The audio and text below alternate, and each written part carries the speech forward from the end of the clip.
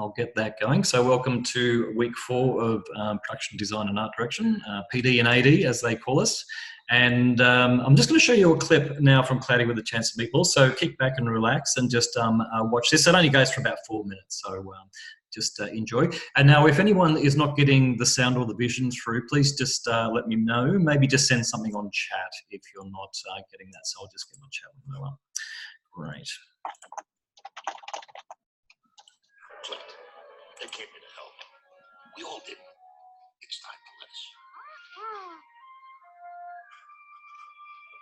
I don't know if you can understand me. I know you think I'm in mood. But the truth is, lagging a lot for me. I'm just a man. A man who's made a lot of mistakes in the last couple of days. Is that not playing at all, Hunter, for you? It's just super laggy. Like it doesn't sync at all. Okay, what I might do, I might actually just pop this clip, this URL into. Are you on your phone or you got a computer there? I'm on my phone, but I'm near a computer. Okay, look, I'm just going to pop that into. Control V. Okay, now I've just popped that link into chat. Can you all just click on that? I'll give you a couple of, just a few seconds just to find that link and click on it. And we'll have a look at it together, but it's easier just to play it locally. Yes, I'm still transitioning to the NBN, so I think any sort of lagging possibly might be due to our totally throttled upload speeds. But you know, it's hit and miss. Sometimes it plays. So please have a click on that. About 3 minutes time, we'll regroup and have a quick chat about it. Okay, so I'm gonna keep playing it anyway. Friends are in a lot of trouble thanks to me. Someone once told me that I didn't need friends, that I could accomplish more by myself. I know now more than ever that he was wrong. We need all the friends we can get, and I need your help. All of you. Fruits, vegetables, and meat. I need you to help me to get into that factory, save our friends, and get our home back.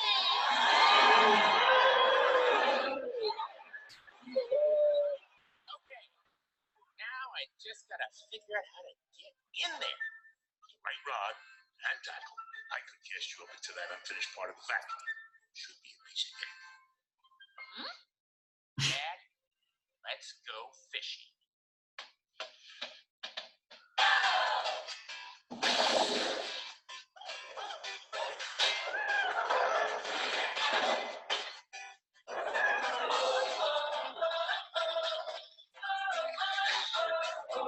Wallabies! Walrus! Go! Go! Go! Water elephant! Do your thing!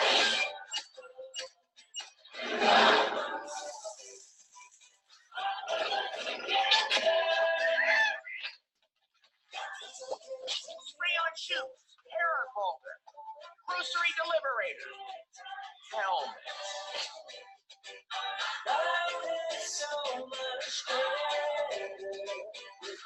Got it!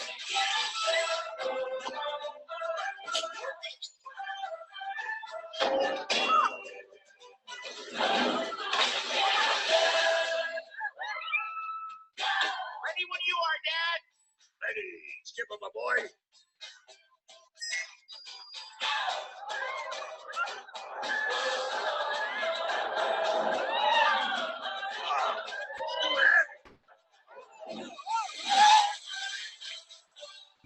Hmm. Here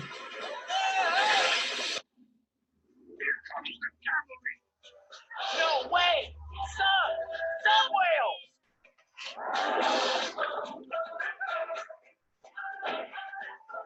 Better release Lord. Better sleep.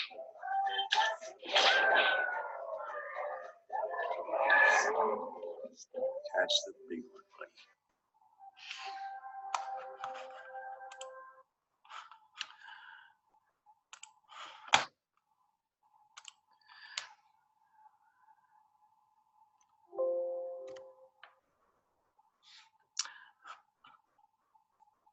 Okay, did you guys get a chance to all have a look at that? Yep. Yep. Okay, cool. We'll keep that in mind because we're going to come back to that at the end of the lecture. We're going to have a look at some pretty cool things. As I mentioned, this is the second week of talking about composition. So we're talking about, last week we talked a lot about various ways of creating, creating compositions through the use of varying types of contrast. And that was a sort of a new thing that we introduced last week and a bit into week 2. We're going to take that a bit further this week. So we're going to get more into composition. Composition is what, learning the craft of composition is what's going to really help you most of all with your production designs. So we're just going to have a little bit of a chat about assessment 1. We're going to talk, as I said, more about composition. We'll touch on rule of the thirds. We're going to touch on using other techniques like Arabesque, no tan, looking at as I mentioned, a case study, Cloudy with a Chance of Meatballs 2. If you haven't seen that, I recommend having a look at that, and also have a look at The Incredibles 2 before next week if you can, because these are 2 films that we look at in quite a lot of detail. And then I'll be showing you some resources as we do on a sort of a weekly basis. Now, just to recap, and Peter, I think I did reply back to your emails regarding assessment 1. Always, I just recommend you all, always go from what I say in the lectures rather than the assessment documents. It's just that the assessment documents are very official and they can't be changed. So if I want to make something a bit easier for you, I'll put it in the lecture and explain it rather than changing the official documents, because then there's paperwork and blah, blah, blah. So if you're in any doubt, go back to the lecture or just send me an email. Now, what I've decided to do, and just to give you an idea of the shape of the assessment. So if we think about the first assessment as being all about inspiration and reference collection, and then your first assessment, the first time you send me your Pinterest boards, linked to your Pinterest account, and I can follow you. It's all about displaying those images in some sort of context. So that the most important word here is context. So even if things seem to be unrelated, and you might have several sections within your Pinterest board, and I'm encouraging you to do that. It's all about context. So you might have things that are seemingly unrelated, but you might be interested in the way that a specific lighting technique on one object, which is not related to another object, but you can make those connections. So what I want to see is how you contextualize things that might appear to be, not connected at first glance, and then you can sort of say, well, I'm thinking about using this for these images are reference for the landscape, and some other references for the buildings. It's totally up to you how you bring those together, and that's why people go, oh, this is easy, it's just collecting images, but it's not, because you're trying to find context between things that are not connected. I think the best thing you can do if you're a little bit hazy on this assessment is to have a look at that Division 5 video that we had a look at, I think in week 1 or week 2, the one on inspiration and reference gathering. And Kerry, who does that video, he talks about mood boards specifically towards, I think, just after the middle. So about 2/3 of the way through, I think he starts talking about mood boards. But it's very, very good. And I like watching this video over and over again, because not only is he just a great presenter, but the points that he brings up about, garbage in and garbage out, and just really lays it out really quite logically how to go about researching.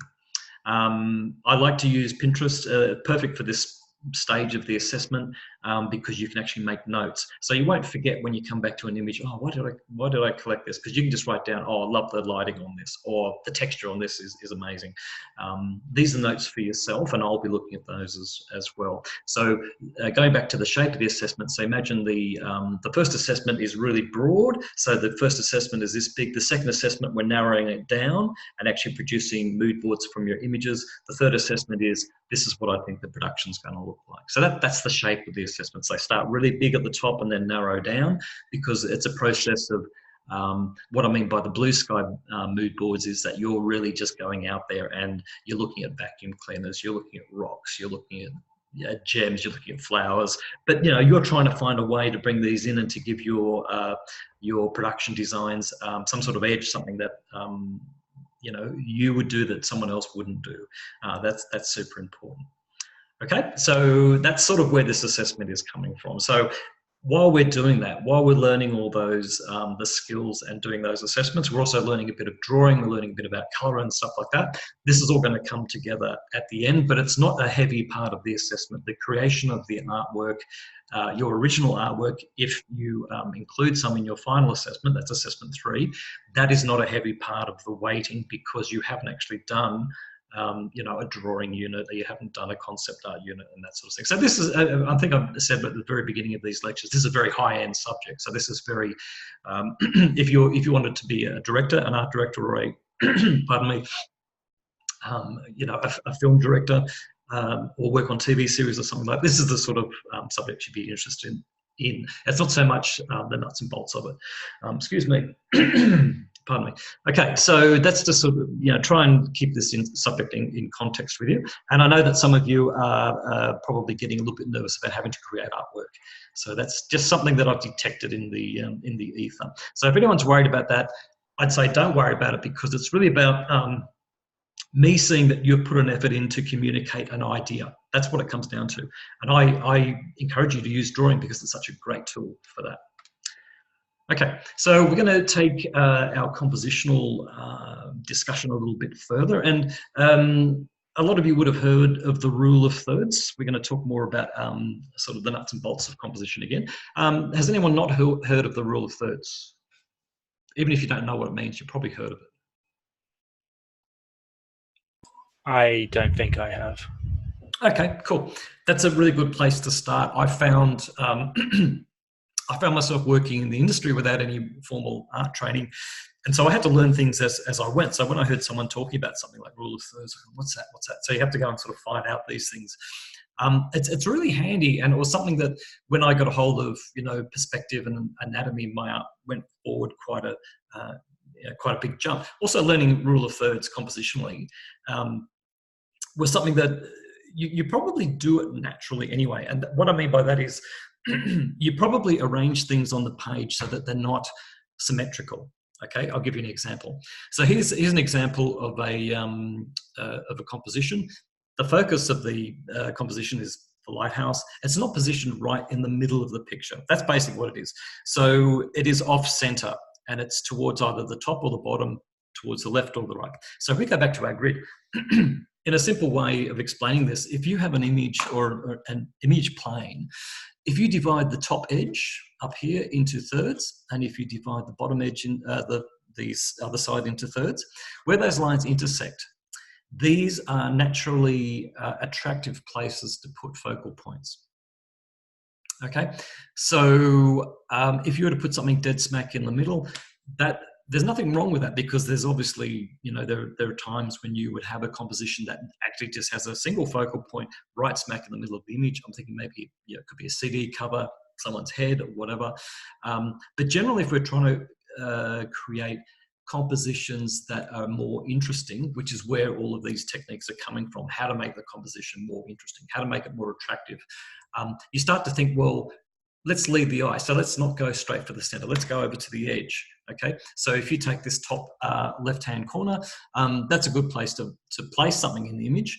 And you can have other things on the other intersection points as well.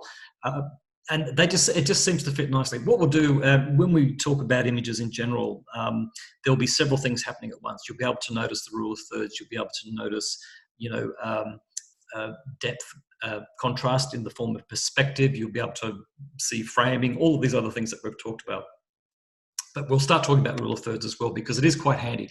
I just don't want you to become slaves to it, where everything has to be on a third, because that's when things can get bogged down and a bit lazy. Like this image, which is like a very boring postcard image. It's just nothing much going on. So that can be a little bit lazy, but it is a good place to start. And if you are analysing an image, if you're looking at something that you've done and you're saying, oh, why isn't this working? You might want to look at the focal point and say, well, where is it sitting? Is it way off, you know, somewhere in the edge of the page that is sort of feels a bit, you know, unnatural? Or is it right in the middle, which just doesn't sort of do anything with the dynamics of the image. Now that you're learning all these things, you can actually start to apply them and think, well, okay, well, what's going on here? Rather than going, okay, I'm doing an image, first thing I need to do is go rule of thirds. It's not really the way it works. And like I say, a lot of you would automatically do that anyway. It's just offsetting something slightly. It's like when you take a photograph.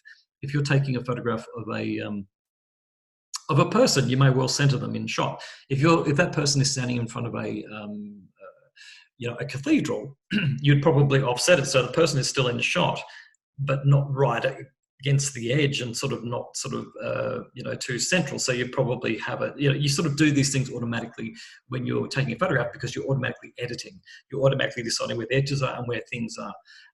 It's actually really good, because taking photographs with your phone actually, I think, helps your drawing skills. There's a radical claim that probably won't go down very well, but yeah, it's all part of visual communication. And when you're cropping an image from the real world, you could take a photograph of absolutely anything. So when you take a photograph, you're actually selecting, you're editing, and you're actually using those muscles in your brain, compositional muscles, which is cool. Okay, so let's take this image here. Okay, so we have our focal point here in the center of this monkey soldier's chest. Okay, so we have a nice clear, a bit of negative space here, which has a bit of texture, a bit of detail to give it some interest and some movement. We have a nice framing device here, which gives us an indication of what's happening off the screen, as well as framing the action. So there's something happening here, there's an impact here. Yeah, so there's lots of things going on here. So you could actually lower this image. You could actually have the character's face closer towards that point. It's very subjective how you use these rules. And if you did actually have this character's face right on that, it may look a bit too obvious. It might just be, and this is where you develop as an artist, is just by doing these things and by doing little drawings, even by playing with images in Photoshop, montages, whatever, collages. It's all practice. It doesn't have to be hardcore drawing. It's all about playing with images and trying to tell a story with them. And another thing I want to introduce you to, we've sort of been looking at things that are very sort of very cut and dried, I suppose, in terms of the way that they're applied. But something like an arabesque is basically a curved line in a composition that leads the eye in a more dynamic way. It's not just a straight, okay, the line, the eye comes in. This painting by Vincent van Gogh is fantastic. And in fact, you could say that, the bulk of this tree in the left-hand corner is roughly on a third. This band here is sort of roughly a third towards the bottom. So you see how these things you start seeing these things once you know about them. The idea of the arabesque is, I want you to think about ways of, it's not really trickery, but it's leading the eye around an image. It's manipulating. You are, as an image creator and as someone who is designing productions, you're manipulating people's eyes. You're telling a story. So you've got the agency. So when you create an image, you're saying, right, I want people to look over here. So that's going to be my focal point. It's going to be my area of, my darkest darks and my lightest lights, so that's a greater area of contrast, all these sorts of things. But how you sort of get to these places is up to you, and to introduce curved elements, sort of meandering elements, this is getting a little bit more complex. And this is where you can get a bit sort of tied up, but you've got to try these things. And one of the best ways to get your head around these compositional techniques is simply looking at images and simply going, okay, I really like this image. I've always liked this image. Now that I've done, a bit of book learning about composition and stuff, what is it about it that I really like? What is it a textural thing? Is it the details? Is it the colors? And if so, what is it about the colors? Are they saturated? Are they unsaturated? Like we talked about when we're mixing complementary colors. All these sorts of things come into play.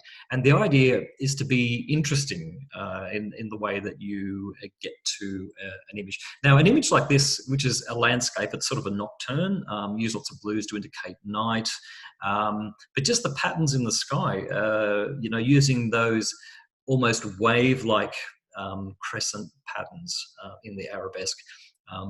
just give you that, there's a sense of movement there without it being, you know, abrupt, sharp, jarring sort of movement. It's kind of a subtle thing.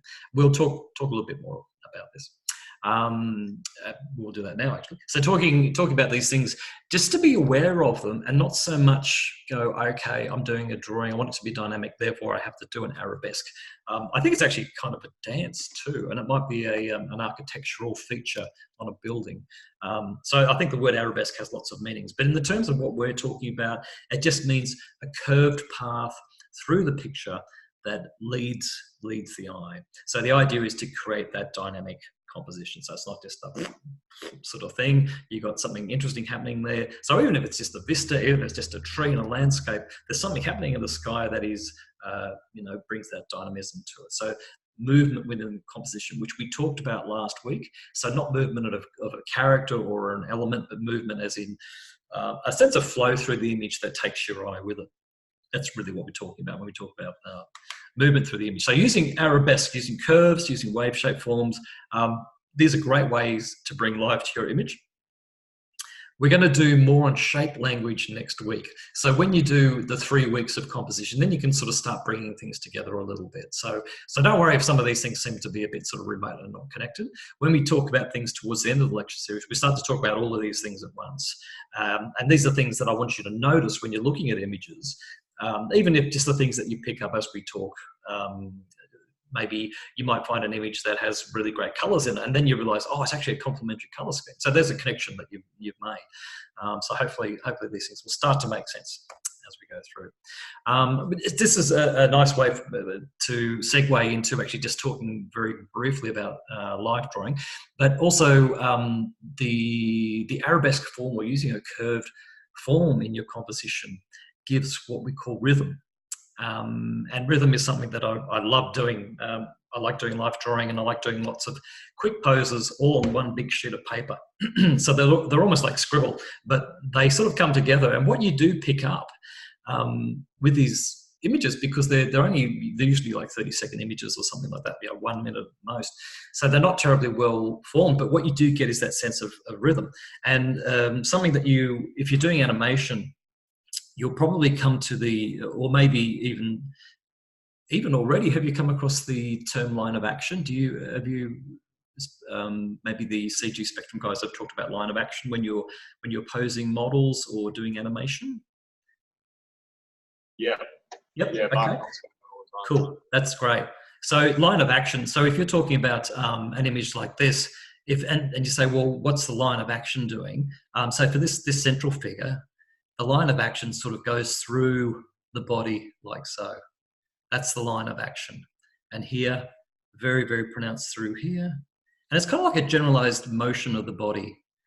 And just that these images are very good for pointing that out. So line of action, if you distill it, these lines of action actually are a type of arabesque, which is another interesting little connection there. We're going to do life drawing, not this week, but we're going to be doing some life drawing. No, it's not me. We go to a website, okay? And there are some quick poses that come up. We do 60-second poses, but we won't be doing that this week. And don't be scared, because the whole idea of doing really quick poses is that you don't have time to embellish or make a good drawing. It just has to be, you're just drawing the line of action with a few details on it. That's what it comes down to. Anywho, another technique or another element that I'd like you to be aware of is the element of notan, which is a Japanese term that refers to the breaking down of an image into a simple black and white pattern. Okay, so anything can be reduced down to a pattern. Any image, I mean, it's like taking an image in the Photoshop and you're just playing with the contrast until you get rid of all the greys. They become either black or white. Excuse me. A lot of dust in the air up here at the moment, and smoke as well. Anyone in Queensland probably know there's fires around. So yes, so notan, that idea of breaking something down just purely into black and white, just to see whether it's working. Now, I don't know whether it was last week or the week before, I was saying that for me, one of the biggest tools for making, the whole idea of compositions come together and sort of be something that I can do, whether it's in animation or computer games or production design, or whether it's in fine art, whether it's doing landscapes or any other sort of image making. The thing that really gelled for me was learning the importance of tones and the tonal skeleton, or the tonal foundations of your image.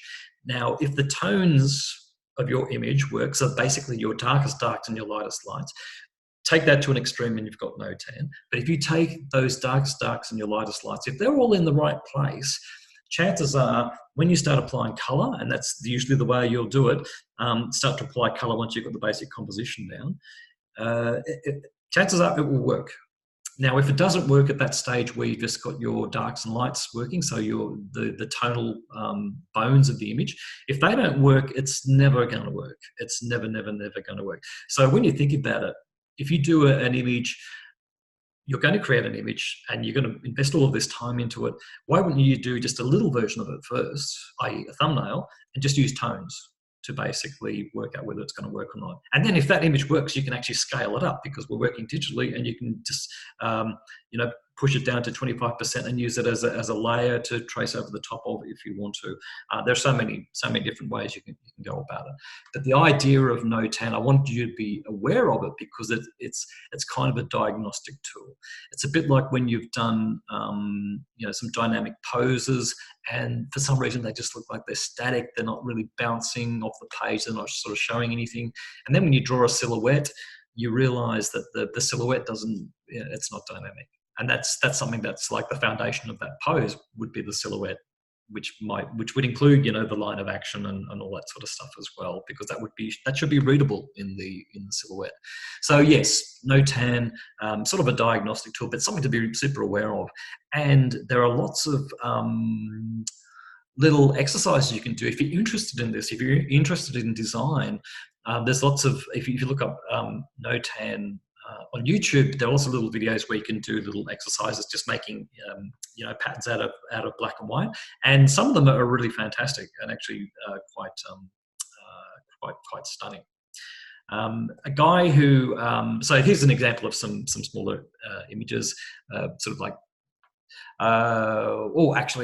Batman animated the TV series. I don't know if any of you saw that, but if you ever get a chance to look at the storyboards for that, they're almost entirely black and white. It's a beautiful film noir style.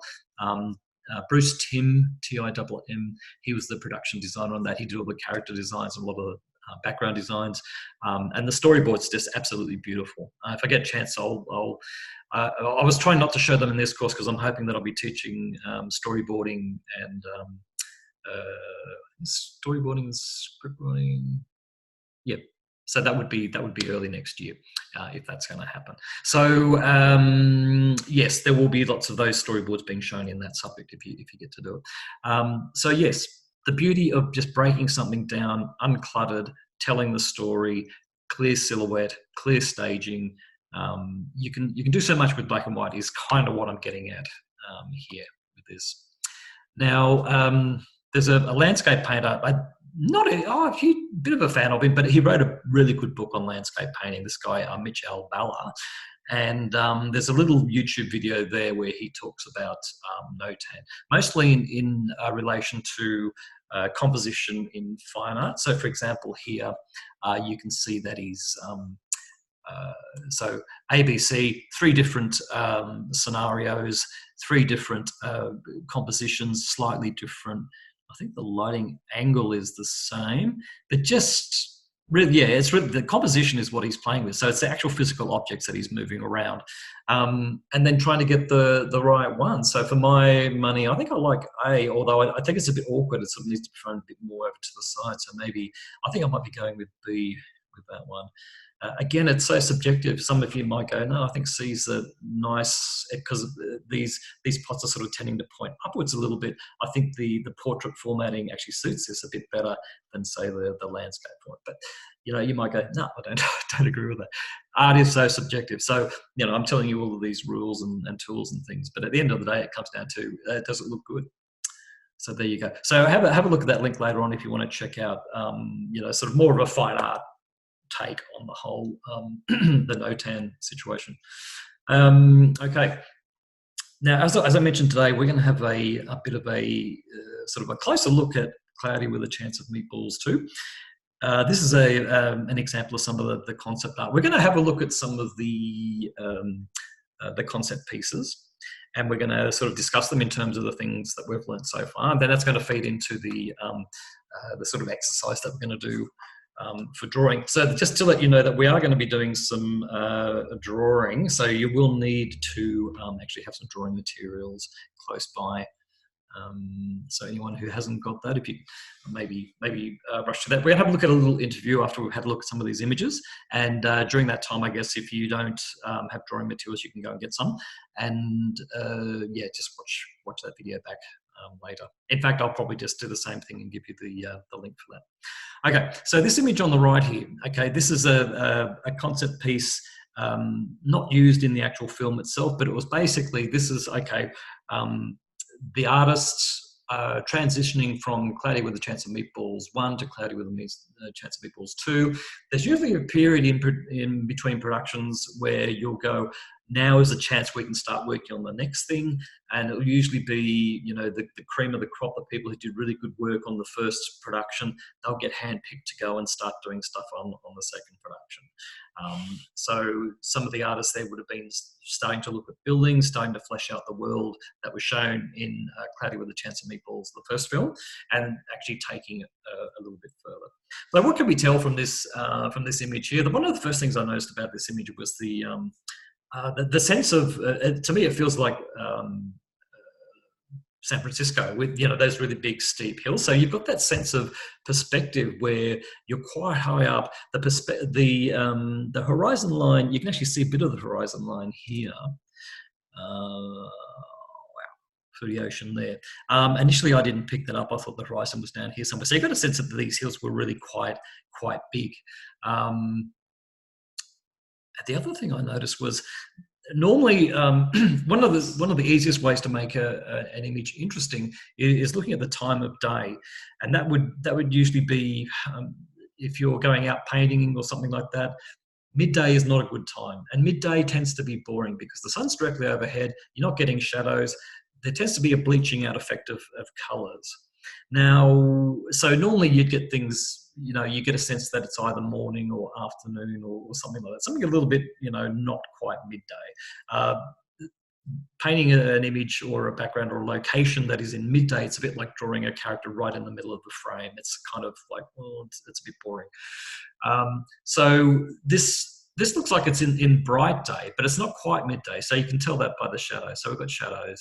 So we know that the sun's not directly overhead, but still it's not as pronounced as some, you know, you would get a lot more shadows in some productions if there was a bit more, God, I don't know, mood involved or something like that. But I like the brightness of this production, and it's cool because I don't normally like super bright productions. I like the style of it. I like the cleanliness of it. Even if you look at the design of the car, it's that sort of idea of what the future was going to look like back in the 50s.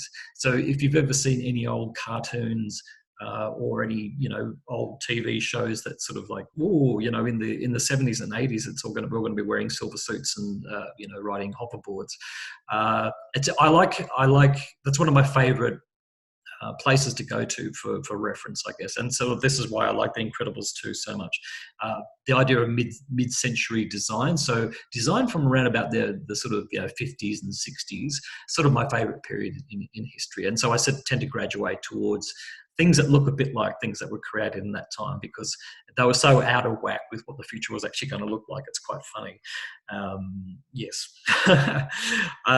So yes, we'll get a lot more into that next week when we look at The Incredibles. So there's a few things going on here. Now, even though, you know, it's fairly bright, it's just, you know, it's just a lovely image. Now, it wouldn't work as an animation background necessarily, but for something to show off, okay, this is what we want the buildings to look like. These are the sort of shapes that we're going to use. Okay, it's got that sense of everything's bright. Even within the less saturated colours, they are less saturated versions of fairly bright colours. So you're getting lots of nice purplish hues in the shadows. So it's not all dying. It's just it's really lovely. These little highlights here on the burn, these little bits of light, just pick it off a little bit and bring it out. Nice. And the street sign in front of that, very sort of retro design. Even the idea of, it's fun, it's colourful, ice cream, and then you've got like a repeating shape up here, sort of a dome. You've got the sort of, the archway walls, and you've got this so you've got this kind of shape. There's a little bit of repetition there, a lot of repetition with the square shapes, and that just says city. That's like a notation for saying built up area, city, whatever. So lots of nice things happening with that image. Now with these guys here, these are lovely inspirational sketches. Now you can imagine that these images would have been created, and then people would have sat around and gone, okay, we can use this, because this is all before the actual hard work was done on creating the backgrounds, creating all the incidental characters. So obviously they decided fairly early on, the script is written, and now they're actually fleshing out the background. So they know that there are going to be certain characters. This might be the first time they've actually visualized, the strawberry characters, whatever. But really it's about the whole production. So it's really about the whole thing works together. What I like about these images as images is that we'll take this one down here with Flick and the strawberry. It's kind of, look, there's so much detail in here, and there's so much beautiful work. If you took the characters out, you still got a beautiful piece of artwork here. You've got these lovely details on the foliage, all of this sort of stuff, this nice framing coming in here. But it's really about the focal points. It's really about the character here and the character here, and that sense of discovery. So all of this is really negative space in a way. But look how beautifully it's treated. It doesn't have to be just boring. It doesn't have to just be an arena with something happening in it. It's just absolutely lovely work. And again, up here, what I like is the way they've played a lot with scale, so that some things that you would normally see in the real world as being quite small are really huge, so leaves and things like that, which actually sort of softens you up for when you come across the food, which can be, ginormous sizes. So all that thing about scale is sort of thrown up in the air, but it's believable. So we're talking about believability, not realism. Again, that thing I'll come back to quite a bit. Now, your role as a production designer is to make the world that you're selling to the audience believable. It's not about making it real or, photorealistic. It's about making it believable. So that's why I chose this production, because it's so unbelievably abstracted and cartoony. But when you're in the world, and maybe when we're watching that little clip and they're getting ready to shoot Flick off to the building, it's you sort of get into it because it's sort of it's so well done. And something I will say about these characters, just from an animation point of view, is that these characters are designed to move. They don't look so good when you're looking at still images. And I wasn't drawn, pardon the pun, to the character designs at all until I saw the film, until I saw it moving, and I just went, this is brilliant, because they were just so fantastically animated. And the personalities of the characters came through in the characters. It's just marvelous. So that's another thing too. That's a sign of really knowing your craft well, is being able to make a character that it's at its best when it's actually moving in the film. It's not just something pretty to look at. It's actually designed to be animated. And that's another reason why I really like these films. The use of colors here is interesting, using lots of analogous colors here, so very close to each other on the color wheel. And then when you go across the other side of the color wheel, you're using these very desaturated pinks and reds. So sort of going back to what we were talking about the other day, there's some little complementary couplings here. So you've got sort of bluish, and then you've got something going towards orange. But again, that would be very saturated. It pops out because it's near a complement. But if you were to sample these colors individually in Photoshop, you'd find that they actually sometimes look very, very similar to each other. Even like the colors within this leaf here, the veins in the main leaf, very subtle, but just beautiful in the way that they work. Just lovely. And framing is extraordinary in these images. So these are like little inspirational images, and these would be designed to get the directors to say, yes, yeah, we're going to do this. So let's sign off on this environment. We're going to do this one, and then off you go and you work on it for months. So these little images are super, super important for conveying that information to the people who are making the decisions about the film, the director, the producers, all the big wigs. So these images are super cool. Okay, now what I like about these images here is let's have a look here. Now, again, these are fairly small. I would call these color roughs or mood roughs. It depends. We'll have a look at Wally in later weeks, and we have a look at some of the mood boards from Wally, and very different. It also depends on who does them as well. So individual artists have a different sort of style. The framing in these images are great. Sorry, this little section here with Flick's dad.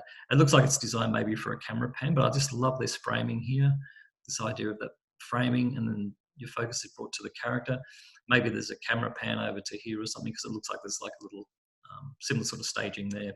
Again, beautiful framing, and it doesn't have to be, you know, framing, you know, hard framing. Again, that use of the curve, the arabesque, we can see a lot of that happening through here. There's a sort of an arabesque happening here, even up here. Oh, see the stuff going on. If you just look for it, you can pull it out. So in the background here, there's a bit of framing going on as well, and they've got these elements here. Lovely stuff. I can look at this for hours. I collect art of books, so if you're really into a film or a style, try to collect as many hardcover books as you can, because it's different to just looking at stuff online. I'll give you a good example. Here's massive book. It's Tim Burton. Now, have you guys heard of Tim Burton? So Nightmare Before Christmas, Coraline, oh God, Beetlejuice. You know, Tim Burton. He's a legend. Now, he's a really good example of someone who, as a person who's a director and an artist, his personality and his style, his own personal style, really comes through in his productions. So there's some of these sketches, and the stripy thing is something that's used quite a lot, and that's like a motif in his work. So that's an example of someone who's a production designer who has a unique vision or a unique experiences. He worked at Disney. He was really into Vincent Price and horror. He made that little short film called Vincent, and that's all carried through in all of his work over the last 3 decades. You can actually look at something and straight away I can go, well, that's a Tim Burton film, and not just because it's got Johnny Depp and Helena Bonham Carter in it. It's got his, you know, he's got his fingerprints all over it.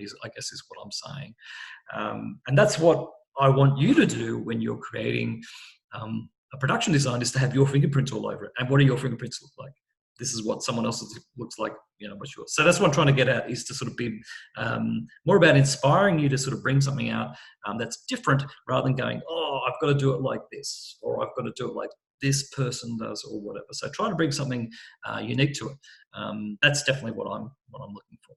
Now, just looking at some more cloudy images. I absolutely adore this one. I think it's a picture of where I'd like to live. So food would be no problem. Look at the scale. Look at this huge coconut lake. And then you've got, just for reference, I love what they do with scale. So you've got your little boat down here. So they're your characters down here. Look at these asparagus spears. They're just amazing. So you've got these lovely shapes coming up here. And you see, if you extend these shapes, they're sort of, you know, it's sort of indicating that there's movement here. Got a lovely movement here. You've got the waterfall going down here. So you've got this lovely thing where your eyes coming in and traveling down. And then you're sort of coming back and sort of picking up the characters on the second one and going, wow, look how big this is. Yeah, these grapes are massive, bigger than the boat they're in. That sort of sense of, you know, suspending your disbelief and actually believing in this stuff is really hard to achieve, and these guys have done a super cool job on this.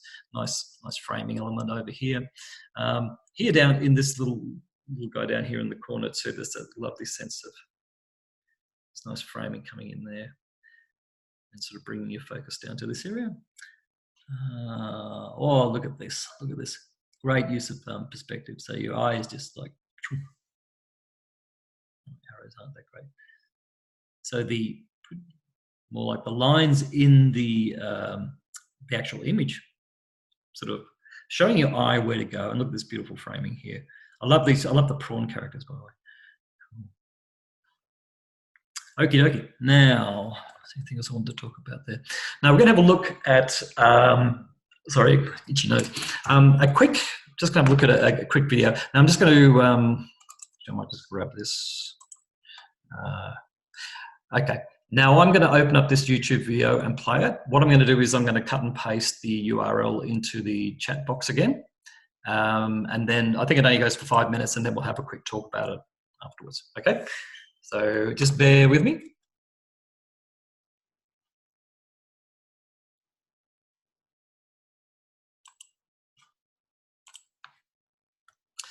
Okay, so now chat. There we go. So have a click on that. Great. So that worked before watching it with the link. That's good. Okay, so have a look at that, and I'll see you in 5 minutes. Don't go away.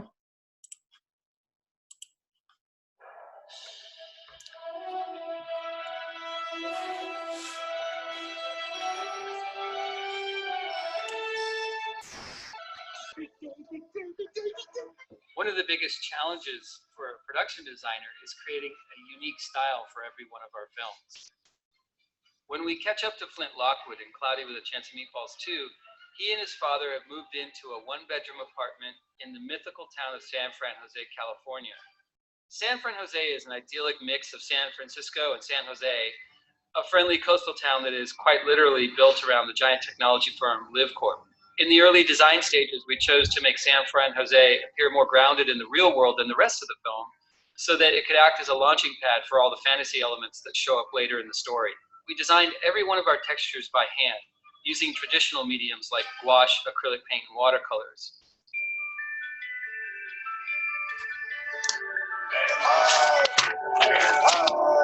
The look of Cloudy with a Chance of Meatballs 2 is pushed much further than the first film because the story has a much bigger fantasy element that demanded more fun, creative choices.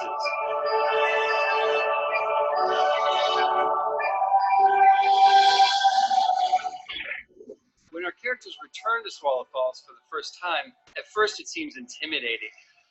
It took us a while to figure out the right balance because we didn't want the situations to be too scary. But once we added the bioluminescence and color to our early development work, suddenly everything sprang to life and the scenes went from feeling spooky to feeling mysterious and fun.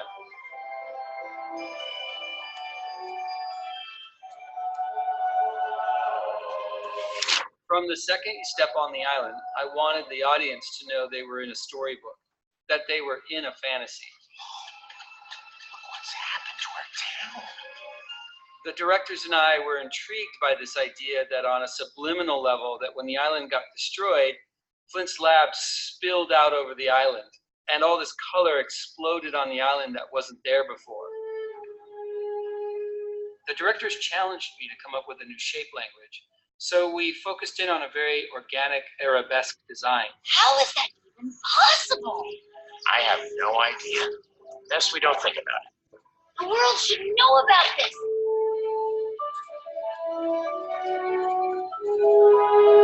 To achieve the fantastic, whimsical feel that matched the tone of the story, we created a living painting, so to speak, that allowed the audience to get lost in the story. Textures were actually created in 2D. We used India ink, watercolor, gouache, and markers to create all kinds of swatches, which we then scanned into the computer and used as custom textures and brushes, then applied to the three-dimensional geometry. Syrup is my favorite. It was a really fun challenge to design this amazing moment where Flint Lockwood and his friends experienced the beauty and diversity of this new ecosystem for the first time. As the wonder of this new world opens up for them, the film explodes in a rainbow of color. From that point on in the film, we stay in that fun, colorful palette.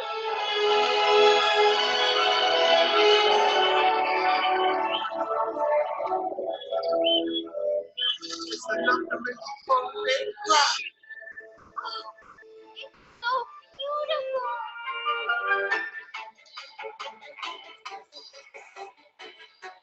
Early on in development, we did hundreds of designs of food creatures, which we narrowed down to about 120 that appear in the film.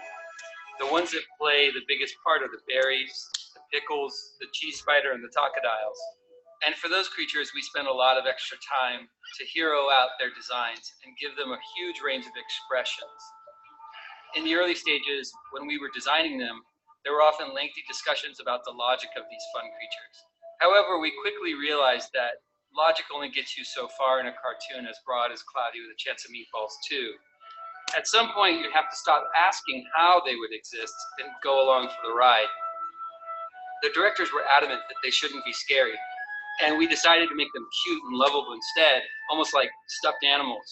We wanted the audience to find the food creatures lovable because we were hoping that they would want to protect them at all times. Overall, these fun food creatures, along with the stylized world of Cloudy with a Chance of Meatballs 2, will be a place where kids and adults can lose themselves and feel like they are exploring the island with Flint while he's on his journey.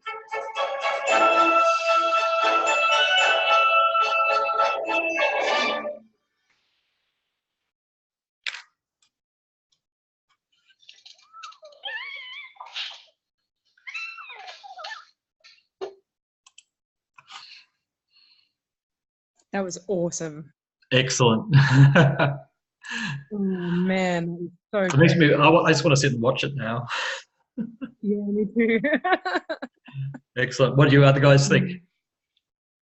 I loved it when I saw it. I thought it was brilliant. Great. Did you? What about comparing it to the first one?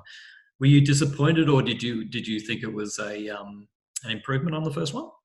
I actually watched the second one first, and then I watched the first one. Okay, that'd be an interesting way to do it, because I think the first one was it was probably a little bit more restrained than the second one. Yeah.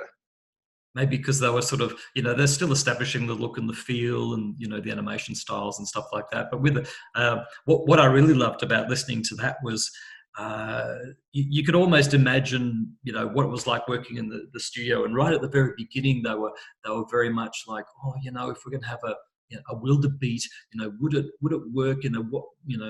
What role would it play in the food chain on the island and stuff like that? And then by the end of it, they're like, shit, forget logic. If it looks cool and it's funny and it's cute, let's just do it. And I think that was a really nice thing to hear, was that they got to a stage where the logic part of it just went out the window and they just had fun. And I reckon you can tell when you see those animals, you can just see, some of them are just, in, one or two shots, just a couple of cutaways, but someone had a lot of fun and put a lot of love into those owls with the pineapple rings, a bit like Giggle and Hoot. But, just things like that, like there's no logic behind it, but it just kind of fits. So sometimes it's a matter of just letting things go and just seeing what actually comes up. Which is a good thing to keep in mind when you're doing your research. Now, what I really found interesting also about this was they're talking about their use of natural materials or traditional materials in the making of this. So even if you're working digitally and you consider yourself a digital artist, you're just a modeler, but you'll be doing texturing as well. So there's no reason why you shouldn't use anything at your disposal that can make a good image and then use that as a texture to put onto a 3D image. So playing with ink, playing with gouache and watercolor, even crayons and layering stuff, going back to like doing arts and crafts when you're at school, you'll come up with some amazing stuff, scan it, and then just use a section of it for a texture. And all of a sudden you're taking something to another level. You're improving your models by giving them something that is sort of grounded in the real world and has a nice, a warm feeling to it, which you can achieve digitally, but it's probably harder. But I love things that use those natural materials in the text. I think they do a bit of that in The Incredibles as well. And I think it works really well because it's sort of, this whole thing harks back to sort of mid-century design for me, like I was saying before. So when you look at things, film, advertising, graphics, animation from that period was all hand done, and it was all done using watercolor and dry brush techniques and stuff like this. It was all done by hand. So I think going back to that, it's just another layer that sort of ties in with that sort of that aesthetic or that sensibility that these guys are going for. The idea that this is a second film in a franchise. This brings up some really interesting problems for the production designer, because obviously you don't want to just reproduce the first film.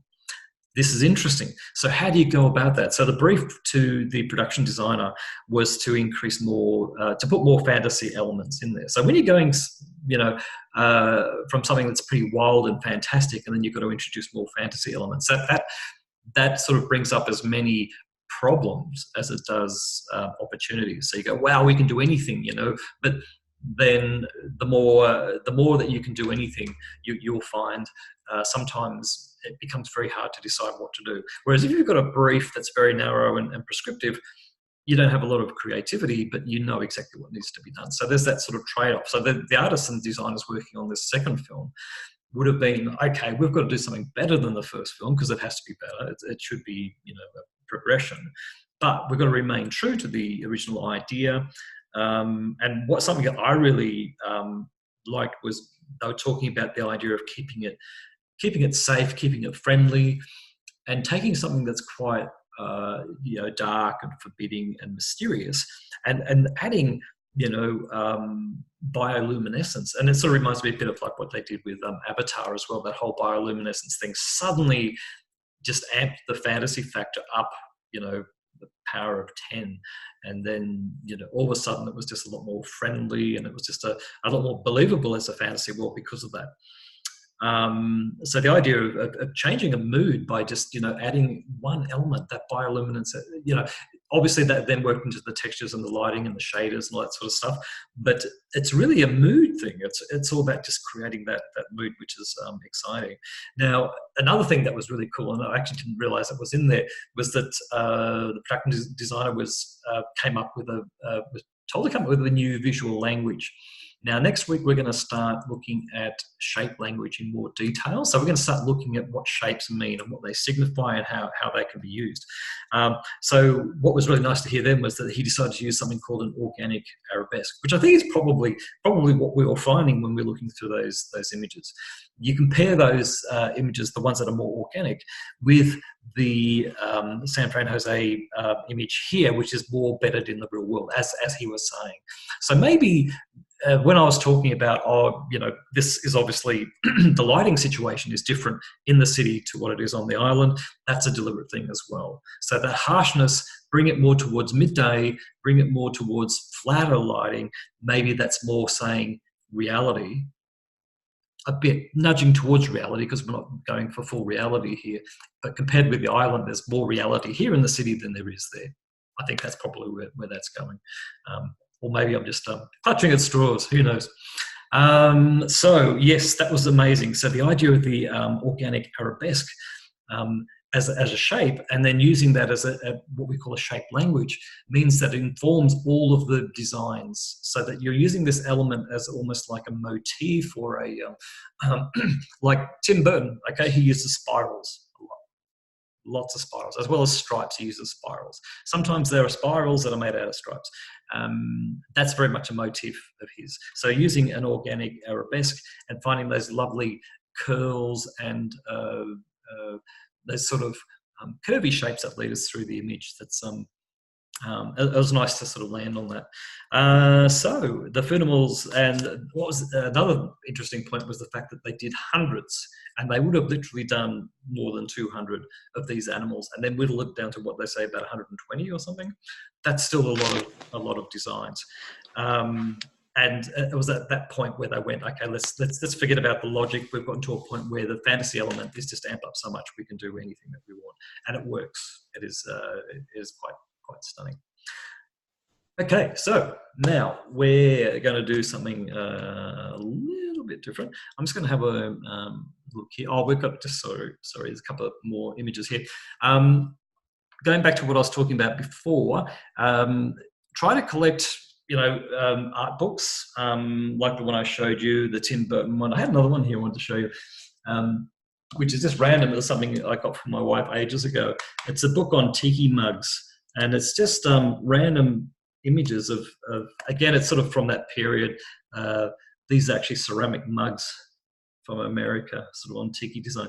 There's no, this is not relevant really to what we're talking about, except that these are fantastic images that are very, very inspiring. And, you know, who would have thought to look at, you know, tiki mugs from the 50s and 60s? But though I'm showing you that because being interested in different things is going to lead to unique ideas and unique projects. That's what it's all about. These images here, I included these because there's some little character studies, and we can see the different. I think these were probably costumes because I think the actual character of Flick was fairly well established from the first film. So these would have been ideas, I guess. Although these look like, that looks like it was from the first one. So collecting your own reference and hard reference and actually getting hold of some really good books. Yeah, there's something about picking up a book and looking through it rather than just, browsing. It's a different thing. I recommend you do it. Okay. Now, we're going to have a look at one more interview before we go on and do the next little bit. And this is just an interview, just getting away from the sort of fantasy world of Cloudy with a Chance of Meatballs. No, I'm just actually, while I'm speaking, I'm going to change my mind. We're going to do something first, and then we're going to come back to this because I might just keep going with Cloudy with a Chance of Meatballs for a minute. Okay, so we're going to do a little drawing exercise, just a little game, if you like. Now, if you imagine that Cloudy with a Chance of Meatballs 2 was made in Australia and included Australian foods, what sort of foods would you expect to see in an Australian type Cloudy with a Chance of Meatballs? Meat pie. I was thinking meat pie. An egg. A what? An egg. An egg? Yeah. I was thinking something you might find in Australia but not somewhere else. Lamington. Lamingtons. Yeah. Lamingtons. Yeah.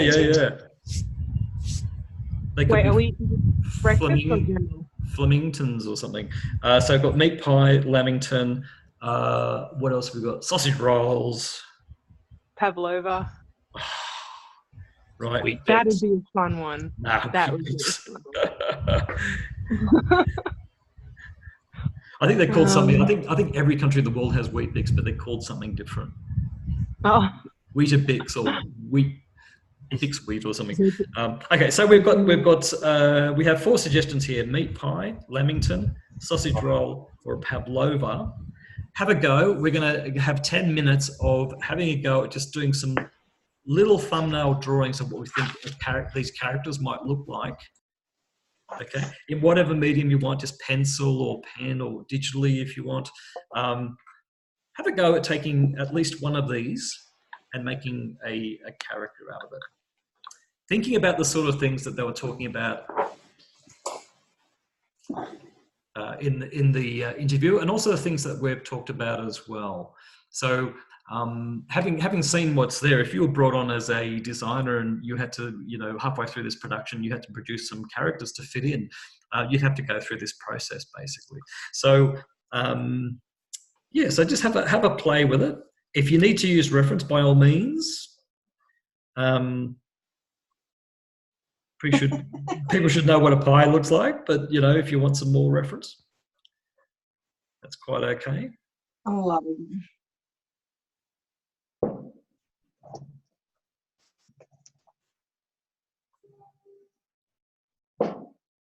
So we could have done a Vegemite sandwich as well.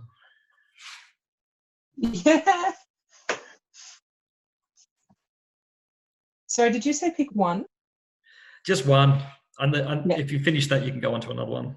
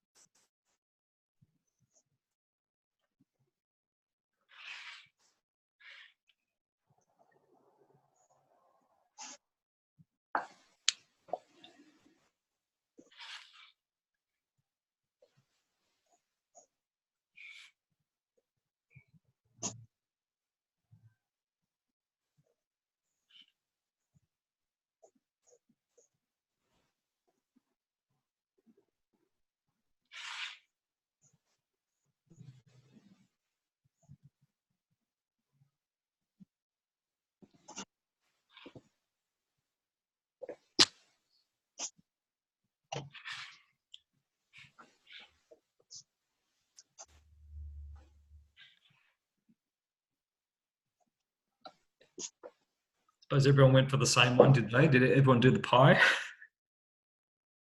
Nah, did the No? pie. Oh, good.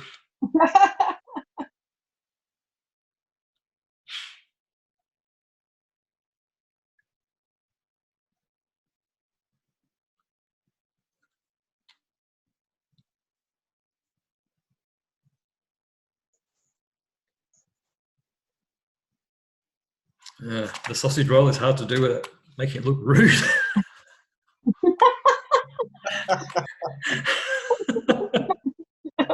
No, so they stayed away from certain foods.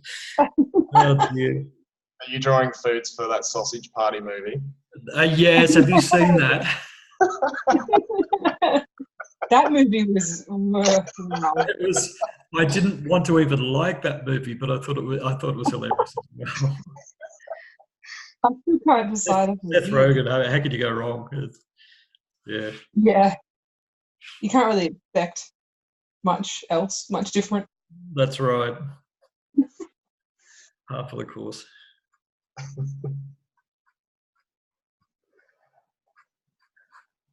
This is the most ornate pavlova I've ever seen. Pavlovas can be almost any shape, can't they, depending on... Exactly. I did go for more of a meringue.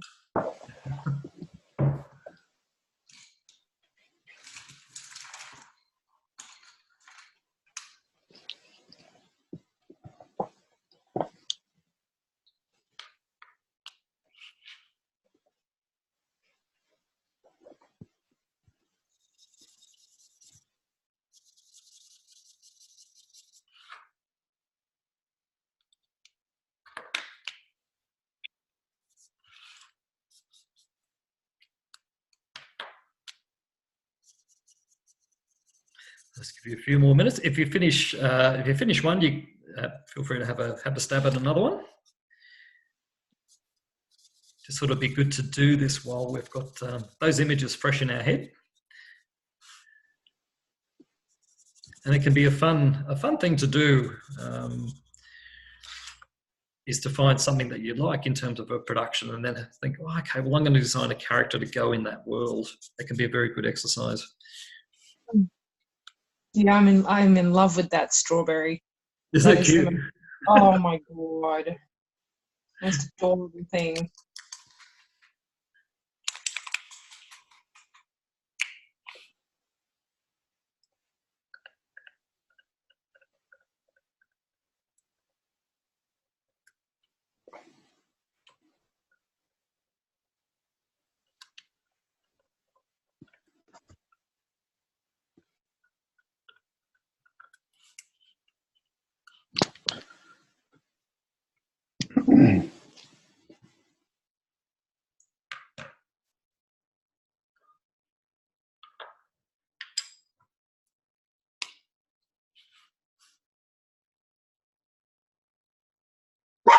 Oh. Coco.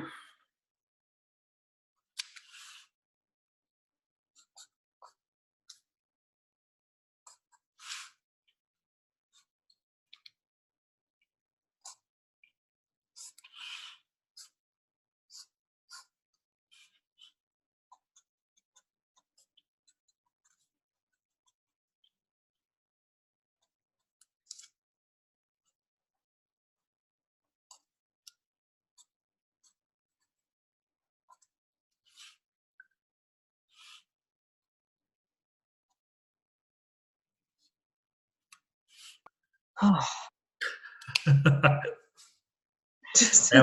How are we going? My Lamington's kind of sleazy. Sleazy Lamington.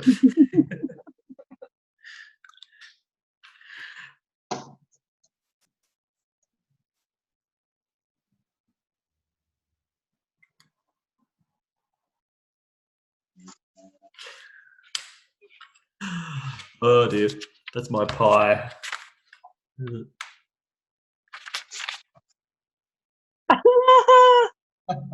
Asymmetric pie. Oh, I know what he needs. He needs a bit of meat gravy coming out of his mouth. Maybe that's his weapon. Could be like steaming hot meat. That would actually scald. Yeah, exactly. Very unsuccessful Lamington.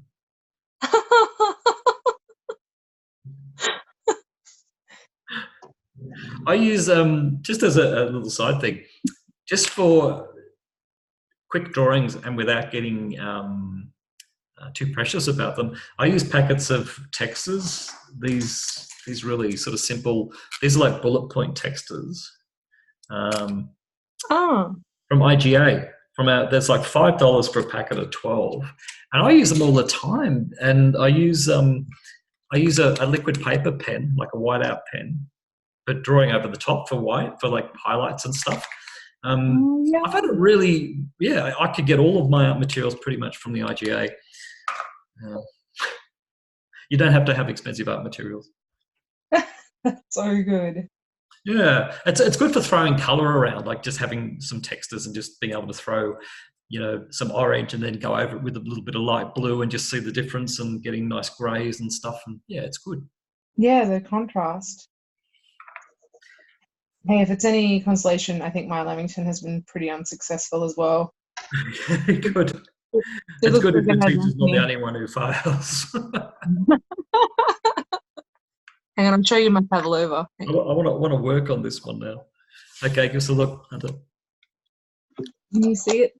No. Oh, yes. Oh, sort of a Ku Klux pavlova.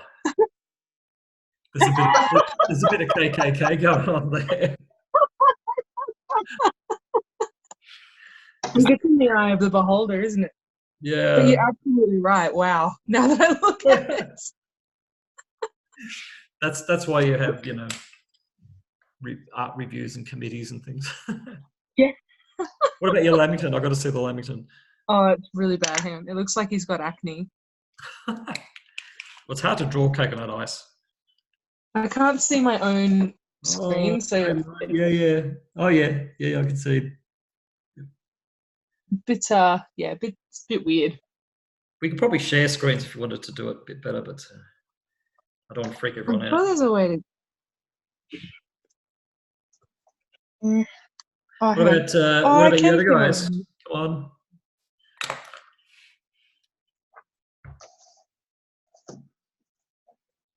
There we go.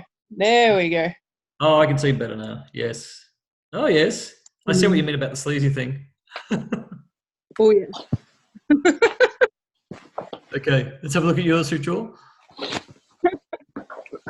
All right, this is a pie. Yep. I don't know if you can see it, but okay, come a little half, closer. Oh, yeah. The half circle pie and the round shaped pie. Yeah. I like the glasses. Yeah. Kind of like the mafia. Is it glasses or just shading around the eyes? No, just a shade around just the shading, eyes. yes. Cool. I like that. A bit angry. Good. Yeah. Great. Do you have a particular style you work in? Just more realistic than cartoony? Yeah, more realistic. Okay, cool. With regards, just to let you know, with your assessments, that can be any style. You totally choose the style of that. So if you decide, okay, this is photorealistic, then that's what it is. The reason I show a lot of sort of more of the cartoon style productions is that sense of believability versus realism.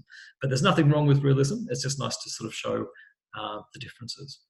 Cool. What about John or Peter? Do we have some burnt offerings from you? I just made a really bad meat pie with its skull open, so there's just meat chunk brains going everywhere. Let's have a look. Oh, I can't. Cool? I don't have a camera. Oh, okay. I like the you're going towards the zombie apocalypse thing, even. Yeah. It's maybe that's where you need to go with your project. Cool. Okay, now what I'm going to do, now we've finished up with that. I just want to show you the interview with Rick Carter, who's the production designer, worked on Avatar and Jurassic Park. I'll do the same thing again. This is 7 minutes long. I want to have to talk to you at the end of it. So I'll cut and paste this into the chat again, and we'll take that from there.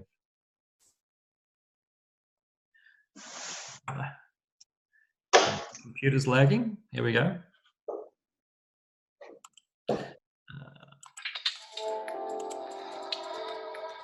Creativity. Okay, just stop that there.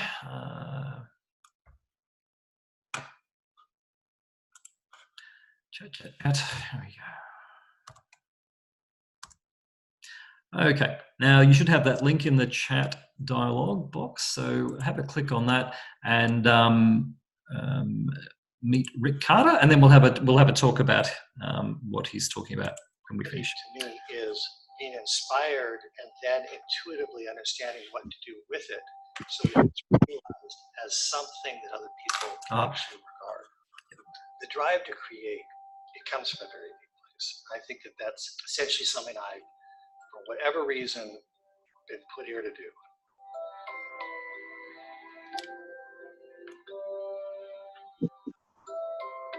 A production designer is the person who's responsible for designing the world the movie takes place in. But it's kind of a magic trick, because it really is involved with creating suspension of disbelief. If you're watching with the idea that you're watching what we've done, then you're not in the movie. You could be admiring the movie, but you're not in the movie. You're not empathizing with the characters. They're not meeting you halfway in that space that's not even on the screen. This is from my work on Castaway. That's a rock we put in. It's funny just to think about all the things that go into making a movie of one guy alone with a volleyball on an island, but how much actually is just outside the frame. My background is in fine arts and painting, mostly figurative and actually mostly portraits. But I also was a traveler at a young age, all the way back when I was 17 and 20 and 22, literally going around the world for a year at a time. That's what I've used as the basis as a production designer to create worlds and places, so that I can actually have been inspired or go on location and find a place that inspires me in relationship to a movie, and then either take people there literally or create that or some aspect of that. Your process always evolves. For me, it's actually very important not to know what I'm doing, to actually be exploring at all times. Every movie is a different movie. It's a new exploration. I always go into it looking for that blank canvas to begin with, not preconceptions, and find that level that I can collaborate on. In Avatar, there was a lot of time spent looking out at the ocean, partly because it was such a vast world that we were creating that had so much scope that I often felt being next to the ocean and looking out, it was a way of getting a sense of how big of a world I was trying to help create. My eyesight is a very basic relationship to my creative process. I have a far-sighted eye and a nearsighted eye. So I found that split has led to a kind of sense that it's between the two eyes that I find myself. That's why I say it's mind the gap. Right there is where I go when I realize that there's two things that are contradictory, to go to the middle, and that's where the creativity is going to be found. Creating something that everybody can see, that's where it starts to become a pragmatic art. And that means having illustrations, locations, set designs, where you actually can say, this is what we want to feel like, this is what we want it to look like. So if I was being asked to do a house or a movie that took place in the Northwest, one of the things I could do now that I didn't used to be able to do, would be just to go on Google and type in Northwest house and then start to see what's available. And so I'll just start to make a file, but I free associate. So let's say I'm thinking about that, and it's a story of adolescence or something like that, and I decided that, I'm going to put in The Graduate, because my mind goes to The Graduate, and I'm looking for anything that kind of catches my eye that I might be able to apply that place then that I'm referencing, also as an intimate side, which of course is in my own house. I'm just thinking about the movie or what inspires me. Or I'll go out to my studio garage and I'll think about things there or start to paint just people. It's not even backgrounds. It's not exactly production design at all. The idea is that it gets me in touch with my own artistic expression. And I think by painting and going from essentially a blank canvas that I just start swirling paint, don't know what it's going to be, take it all the way to the point where it's just a simple face. I'm doing the entire artistic process. So then when I engage a director or any of the artists that I'm working with, I know instinctively, and I'm in sync with them, about what it is to create an artistic piece. The thing that I do that's probably not like most people, I don't create a book of here's the mood for a movie. I look at it as a continuum of a career that is sort of as an artist traveler, the way the Orientalists were. And I'm going out into the world or into my mind or collaborating, and I'm bringing to other people what it is that I've discovered. So what I do often after that, when I've worked on a movie, is I'll make a book about that movie. What I like about doing these, and they're all over the place, is that they're a record for me to go back to, that I can see where I've come from, perhaps even instincts about where I might be heading in this journey that involves cinema and painting. The one that I'm just turning to here just has to do with Lost World, coming up with a sense or a feeling of how that Lost World wanted to come across with the dinosaurs. So I would do all these collages. I would have either little figurines, or I would actually just cut out a dinosaur or 2D image and put it into those compositions to see how they look. And came up with sort of the idea that we could actually go to a redwood forest, have dinosaurs, even though it's supposed to be off the coast of Costa Rica, because I had the sense that we could really use the trees there. And that came from creating these collages. What makes someone creative is, I think, a combination of having an innate, I suppose, curiosity on one hand, so that you keep churning to find out more. You're aware of what you don't know, but you don't become intimidated by the fact that you don't know it. It actually is what leads you forward. It's what actually is to be fulfilled in your life or your art. Production design specifically is a place where it encompasses the kinds of things that I'm interested in and can do well enough. So I do it because I get a good response, and also I like doing it, and it essentially gets behind. I actually feel an elevated sort of sense of purpose and accomplishment when I get to work on a movie.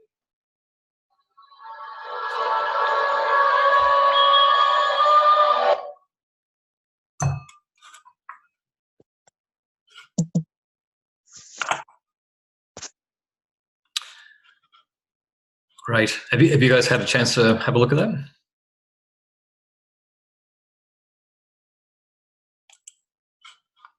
Yeah, I watched it. Cool. Cool. Okay. I just got some images here by Ricardo, all based around the Jurassic Park franchise. What was interesting? A couple of things I found really interesting about his process. And it's good to actually think about him in terms of the other people we've seen in interviews with, right back to Aurora Jimenez in the first lecture, and the other people that we've seen interviews with. The reason I'm showing you these is because it's so individual. It is really, really an individual thing. There isn't just one way to be a production designer. So showing you as many different production designers as possible I think is really valuable, and also learning what their habits are is really valuable as well. So with regards to Rick Carter, I really loved what he said about the act of doing something creative, like doing a painting, and I loved the fact that there were no paintbrushes in anywhere to be seen when he was painting, so he was drawing with the tube of paint and just drawing. And if you guys have never done that before, do yourself a favor, get some acrylic paint, cheap shit, doesn't matter. Get a big sheet of paper or cardboard or something and just draw on it using the paint tube. It's just like a big pen. It seriously is, but it's so liberating and so much fun, and you will use up a lot of paint. And then he was hitting it with water, so use a spray bottle or something like that, get some bleeding things happening, throw it away and do another one. These things are really good. And what he was saying was that when he goes through the process, when he's getting ready to go and work with, Spielberg or whoever, he gets himself into the creative zone by doing his own work. And then when he goes into the office and he's talking to someone, he's on the same page because he's in that mode. It's like a brain mode. That's a very interesting thing. So it's not just about doing doing work that is related to the project. So it wasn't about him sitting at home and just researching dinosaurs. He did a painting because that's a creative process, and he understands the value of that creative process and the effect it has on his brain. He mentioned he felt like he had a sense of purpose and he felt connected. That's what art does. That's what it's for. And that's why I do it. It's an amazing thing. He and being in that zone just meant that he could then creatively turn his mind to anything. That's the nature of creativity, is that it is so flexible. I think if you're in a heightened state of creativity, I think really you can turn your mind to anything, because that is the nature of creativity. It's not siloed into one area. It goes across everything. Every discipline in life has an element of creativity to it. And it's well worth, watching the Creative Brain documentary that I put into the first lecture. If you haven't watched that, so many good documentaries and even series on Netflix and stuff about the way that creativity works. There's a lot of stuff out there about creativity. A lot of TED Talks about creativity. Have a look at these in your own time. I think that's one of the most important things about this course, is to stimulate and give you the confidence to be creative, no matter where your art skills are at, because you can still be creative while you're building up your art skills, because you're learning the vocabulary, you're learning by looking at examples and pulling them apart and listening to people who've done the job. So hopefully that's sort of where these things are going. What else? He talks about the suspension of disbelief, and that's something that we keep coming back to. It's super, super important. That what he was saying was that you don't want people to be watching what you've done on the film. You want them to be in the story. And it's hard for us as professionals when we get some experience and we start to look at things more critically. It can actually change the way you look at things. It can change the way you play games. It can change the way you look at movies or TV series, because you know so much more about it. You can go, oh, I can see what they've done there. It's a bit of a cheat. And that's all part of it. But I find that it never really spoils it. You still, if you love this stuff, you love it. So Ricardo also talked about the importance of not knowing what you're doing at some point, which is another interesting point, because so many other areas in life require you to know what you're doing. And life tells us, everybody tells us, you've got to know what you're doing. But being a creative person is different, and you don't necessarily get acknowledged for it or whatever, but it's just something that creative people have to do. Is cope with situations where you don't know what to do. You've got a blank page, you've got a brief, you've got a client who says, hey, I want you to do this thing for me, do whatever you want and I'll pay you for it. And, you do it and they don't like it. This is the risk of being creative, is that you end up in these situations, whether it's in arts or music or acting or whatever. That's the role of the creative person. So that idea of not knowing where you're going is very important to the creative person. Why do we think that might be? Does anyone have any ideas why it might be good not to know where you're going sometimes?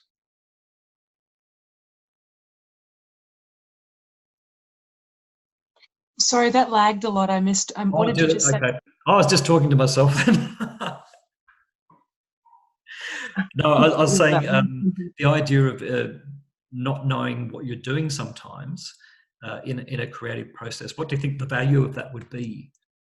If you're a creative person, you've got to come up with something and you don't know where you're going, you don't know what to do, and you're having that panic of, I don't know what to do.